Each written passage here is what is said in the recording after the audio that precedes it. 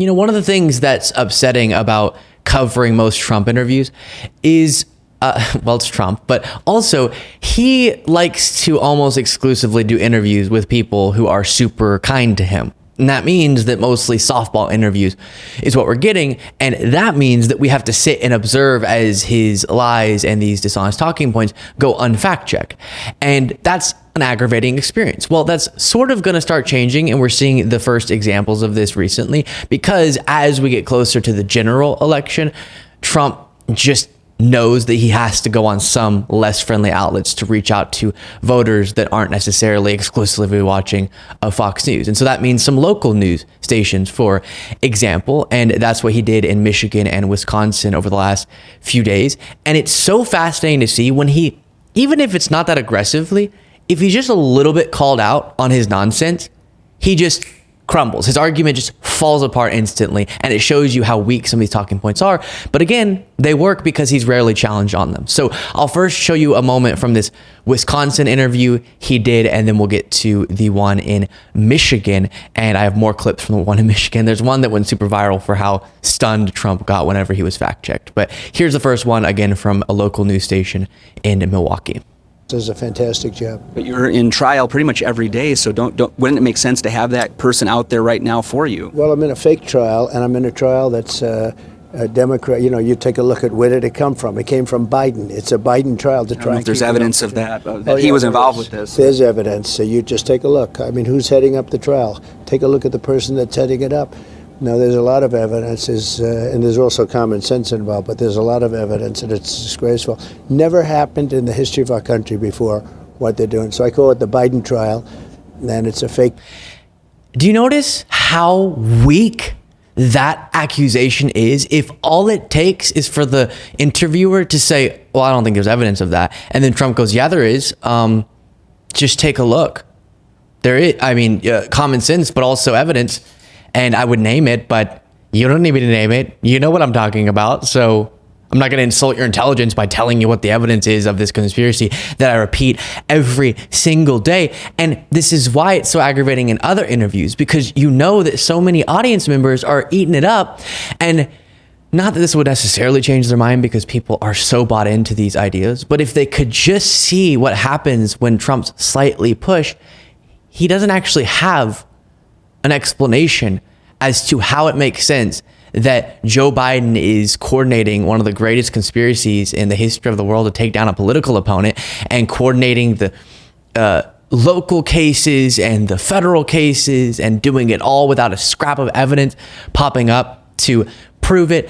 When in reality, if we just go by the evidence, as I've said so many times, what you see is that the evidence is showing there seems to be proof of wrongdoing. And in the system that we have, if you actually believe Republicans and law and order, as you used to say that you did, then that means even if it's your favorite politician, they have to be held legally accountable. And one of the things that Trump and his allies never seem to do is engage on the actual substance of the allegations from prosecutors and the evidence that's being brought forward. And instead, it stays vague. It stays zoomed out, stays focused on Biden, even though he's stayed completely out of these different prosecutions. And that's shown by the weakness of his argument, again, by Trump saying, well, just look at who's running it. Who? The judge? The prosecutors? But you haven't connected that to Biden directing them in some way. Then we hear Trump constantly fear-mongering, despite the facts of the economic recovery that we've seen under President Joe Biden, of Biden's potential collapsing of the economy. He's just about to do it. And one of the examples that he uses is he's just about to ruin the auto industry. And that was fact-checked. This one is from a Michigan interview. Save your auto industry. I'm going to have many, many cars extra made in Michigan. We're going to bring back auto manufacturing to Michigan. You're losing it. Step by step, you're losing it. But, Mr. President, your thoughts on the unionization that's happening down south, the interest that we're seeing in Tennessee with Volkswagen workers, it seems like it's catching on. It's not just a Detroit thing. Well, it could be happening. I mean, it's going to be happening, but you got to be very careful about what's going to happen in 2 years from now when China wants to take all of the jobs, because frankly, then union or non-union, everybody's going to be hurt. Just a little bit of some information, some fact checking. According to the Bureau of Labor and Statistics, our state, Michigan, actually gained 24,000 manufacturing jobs between January of 2021 and May of last year. That's actually tied for 7th in the country. And so this notion that the auto industry in Detroit is falling apart and that we need Mr. Trump's help may not be as on point as he would like or some of his supporters would like. Yeah, I think about a lot. Imagine if you're a Trump supporter who goes to a bunch of rallies from Trump. Even if you refuse to believe anything you hear from some liberal woke outlet, can't you just compare what you're hearing from Trump versus reality and realize that maybe he's being dishonest? Because if you've gone to rallies for years, you've heard him saying at all of them that the economy is going to collapse, that these particular industries are going to be a disaster because of Joe Biden. But then that's just not the facts of the situation, and Biden continues to oversee this economic recovery that has outpaced our counterparts and has really been pretty impressive. And Trump, quite to the contrary, was faced with the crisis that Biden also had to deal with, and Trump mismanaged it and caused more economic pain during that moment than we had to experience. So why, if you keep hearing him make these predictions and it keeps not coming true, do you think him to be honest? I don't know. Then here's the moment that went super viral where Trump pulls a stat out of you know where and is asked to cite where he got it from and has a very difficult time. Now, before playing this, please make sure that you're subscribed to the YouTube channel to help us continue to grow. Just click that subscribe button. If you want to get the daily bonus show, you can become a member by clicking the join button, which gets you that daily bonus show. And also, just for algorithmic purposes, if you do have something to say it in the comments. Would love to hear your thoughts about all of this. One has gotten a lot of buzz. It's a soundbite that's gone viral in the last few days, all because of what the former president told me when it comes to border issues in Venezuela. Take a look. One stat before we go. Venezuela was very crime-ridden. They announced the other day 72% reduction in crime in the last year. You know why? They moved all their criminals from Venezuela right into the good old USA, and Biden let them do it. It's a disgrace. But, sir, where are those numbers coming from? I guess I get them from the papers in this case. I think it's a federal statement, or, well, they're coming actually from Venezuela. He just got them directly from Venezuela. Okay, so really struggling there. Where did you get that information? The papers or a statement or Venezuela, I guess. I got it directly from. They just sent me a memo. They said, Trump, 72% decrease in crime or whatever he stated. Pretty crazy stuff. Then he gets asked about abortion.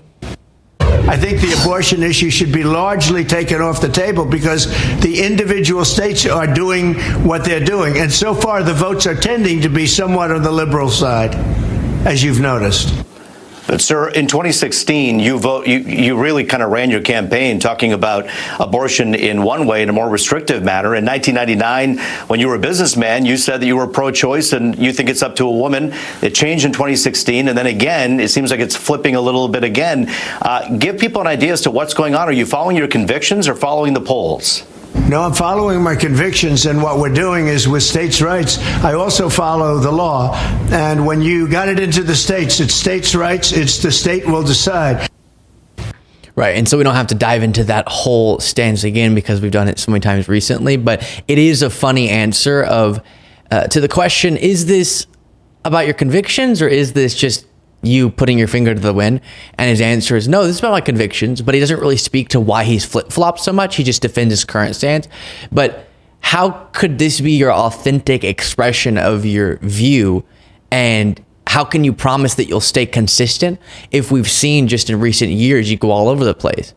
And the answer from Trump is his convictions are all attached to just what's politically advantageous. And so he is willing to flip-flop. And we know if he were able to win a second term, he would do whatever the heck he'd like on abortion, regardless of the promises he's made in this campaign for political purposes. And that should frighten us. And also, let me say again, we don't need to be afraid necessarily of what he's going to do in a future term to know that he needs to be politically punished for what he's already caused with the overturning of Roe v. Wade because of the justice he got into the Supreme Court. Then here, our final clip is Trump getting asked about debating Joe Biden and him saying he wants to do it. President Trump if he'd like to debate President Biden. That part of the conversation right here. You've challenged him to a debate on the courthouse steps out there. I want to ask you, if you love Michigan so much, you love Detroit so much, would you come here if we had the president here? Would you do a debate on a statewide television debate here in Michigan? Sure, if you can get him, I'm there. I'll go anywhere he wants to go. I don't think he's going to be so easy to go. I watched him. He can't put two sentences together, this guy. Okay. Coming from Trump, who's been struggling a lot with that lately. Now, Trump keeps doing this thing that I guess he thinks is a fun political stunt that makes no sense, where he'll challenge Biden to a debate in a way that is logistically impossible or near impossible. Like, he was standing in his normal post-trial or pre-trial rant to the reporters outside of the courtroom and was saying, have Biden come right here today. I'm ready tonight. Tonight, I'll do a debate at this courthouse with Joe Biden. And if he doesn't want to do it, then he's backing out or something. No, you can't just randomly get a former president and a sitting president of the United States within just a few hours' notice in the same room where the security's all figured out, the networks have everything planned, all the cameras can get there, the set can be built. Ridiculous, which is why he's doing that, because I think that Trump is actually sort of afraid of these debates, and he can just agree to the normally commissioned debates as happens every 4 years and show up when they're scheduled. But he's trying to act like by offering these other strange times to debate Biden, he's just so eager to do it. And maybe that will be his justification not to go to the normal ones, because the normal ones are run by an organization that is too liberal or something. I'm sure that will be the argument. Again, let me know what you thought of all that in the comments, and make sure you are subscribed to the YouTube channel.